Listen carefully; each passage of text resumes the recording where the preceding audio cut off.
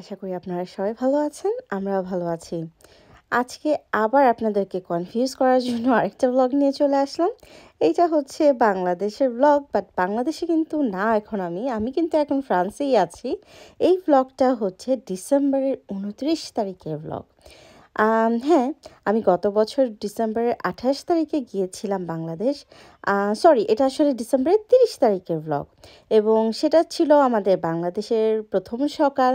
তো সকালবেলা ঘুম থেকে উঠেই এইটান আনভিকার সাথে খেলা করছিল এবং আমরা একটু দেরি করে না, সকালে নাস্তা টাস্তা করে আমি এখন যাচ্ছি ঢাকায় আমার মার বাসায়। আসলে বাংলাদেশে যাওয়ার পরে না একটু অস্থির হয়ে থাকি কখন আমি আমার মার বাসায় যাব। আমি জানি না, আমাকে সবাই মনে হয় খারাপ ভাববেন যে আমি শ্বশুরবাড়ি থেকে আমার মার বাড়ি যাওয়ার জন্য একদম অস্থির হয়ে থাকি।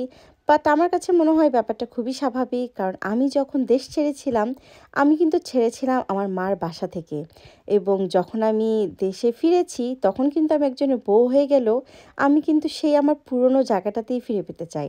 যদিও আমার শ্বশুরবাড়ির সবাই আমাকে অনেক আদর করে, অনেক ভালোবাসে এবং ভালোও লাগে, কিন্তু তারপরও নিজের বাসার থাকার কিন্তু মজাটাই আলাদা।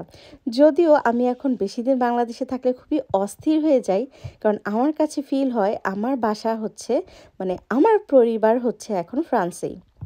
এটা বললে ভাবে অনেকেই যে আমি ভাব মেরেছি, বাট আসলে ভাব মারি নাই। এটা একদম পজিটিভলি সবাইকেই বলছি, কারণ বিয়ের পরে নিজের পরিবার, নিজের গণ্ডিটাই কিন্তু সবচেয়ে বেশি প্রাধান্য পায়।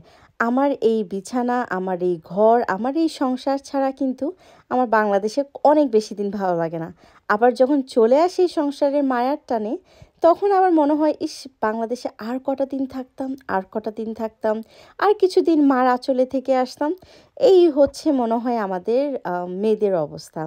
যাই হোক, বাসায় গিয়ে জাস্ট গোসল করেছি এবং সাথে সাথে লাবণ্য সেনার ব্রাইডাল থেকে আপু চলে এসেছিলো আমাকে মেহেদি দেওয়ার জন্য, এবং আপু আমাকে কি সুন্দর করে যে মেহেদি পরালো। আমার কিন্তু মেহেদি পরতে অনেক ভালো লাগে। আর আমি তো লিটারেলি ঘুমে পড়ে যাচ্ছিলাম, তো আমি কফির উপরে কফি খাচ্ছিলাম আর এদিক দিয়ে আপু আমাকে মেহেদি দিচ্ছিল। এক হাতে মেহেদি দেওয়ার শেষে আমি আগে ভাত খেয়েছি এবং ভাত খাওয়ার পরে আপু আমাকে আবার দিচ্ছিল। আমার চোখ দেখে কি বোঝা যাচ্ছে যে আমি একদম ঘুমিয়ে পড়ে যাচ্ছি? আমার কাছে তো মনে হয় বোঝা যাচ্ছে, বিকজ আমি এর আগের দিন ঘুমাতে পারিনি এবং এর আগের দিন ফ্লাইটে তো আমি একদমই ঘুমাইনি, সেটা তো আমি আগের ভ্লগেও বলেছি। তো বাসায় এসেছে অসীন এবং আরিফ, ওরা দুজন যে কি মজার মানুষ। ওদের সাথে দেখা হওয়ার পর আসলে মনেই হয়নি এটা ওদের সাথে আমার প্রথম দেখা। লিটারালি মনে হয়েছে আমি ওদেরকে বহুকাল ধরে চিনি। এবং অসীনের কাছ থেকে কিন্তু আমি অনেক শাড়ি নেই, ওর পেজের এক্সক্লুসিভ কালেকশনগুলো কিন্তু সেই লেভেলের জোস। আমি আসলে এটা এক্সপ্লেন করতে পারবো না ওর কালেকশনগুলো কতটা প্রিমিয়াম কোয়ালিটির। আপনারা কিন্তু চেক আউট করতে পারেন ওর পেজ। আসলে মেয়েটা একটা সুইট হার্ট, কী বলবো, একদম পুরো ছোটো বোনের মতো, অনেক মিষ্টি, অনেক ভালো মনের একটা মানুষ। তো আমি, বৌদি, অসীন এবং আরিফ আমরা গিয়েছিলাম। তো আমরা এবার ট্রাই করছিলাম মোমো, এবং মোমো খেয়ে আমাদের আসলে দুজনেরই মুখ টুক পুরে অবস্থা খারাপ। আমরা আসলে বুঝতেই পারিনি এটা মুখের ভিতরে দিলে যে এত গরম লাগবে। মুখে বারবার বলছিলাম চলো আমরা চিয়ার্স করি, চলো আমরা চিয়ার্স করে মুখের ভিতর ঢুকাই, এবং মুখের ভিতর আসলে ঢুকানোর পরে তো লিটারেলি আমাদের মুখটা পুড়েই গিয়েছে। এটা আসলে ভুল ছিল। বাংলাদেশের স্ট্রিটে আমি প্রথম মোমো খাচ্ছি, এবং তাও বাংলাদেশে যেদিন গিয়েছি এর পরের দিনই। খুবই খুবই খুবই মজার একটা দিন কেটেছে ওদের সাথে, আসলে সন্ধ্যা, এবং আই থিঙ্ক আমাদের আজীবন এই বন্ধুত্বটা থাকবে। এটা খাওয়ার সময় বোঝা যাবে।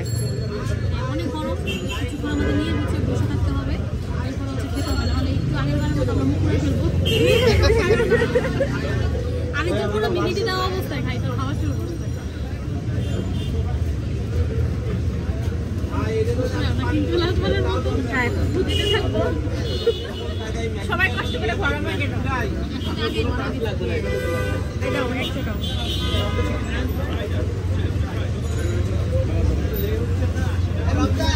রেডি?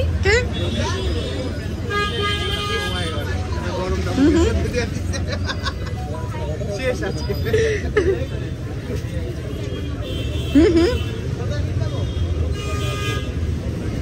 Juicy?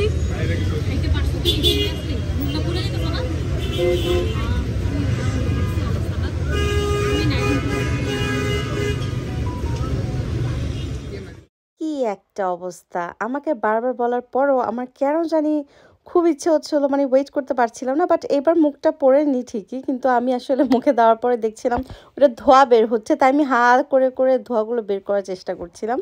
তারপরে এখানে আমরা অনেকক্ষণ ছিলাম, ওদের সাথে খুব ভালো একটা সময় কেটেছে। অসীন অনেক বেশি একটা সুইটহার্ট, ওর জন্য সবাই অনেক দোয়া করবেন। ওরা ওরা আসলে কাপল, ওরা হাজব্যান্ড অ্যান্ড ওয়াইফ, ওদের দুজনের জন্যই দোয়া করবেন। ওরা দুজনই আমার কাছে খুব ছোট আর আদর লাগে।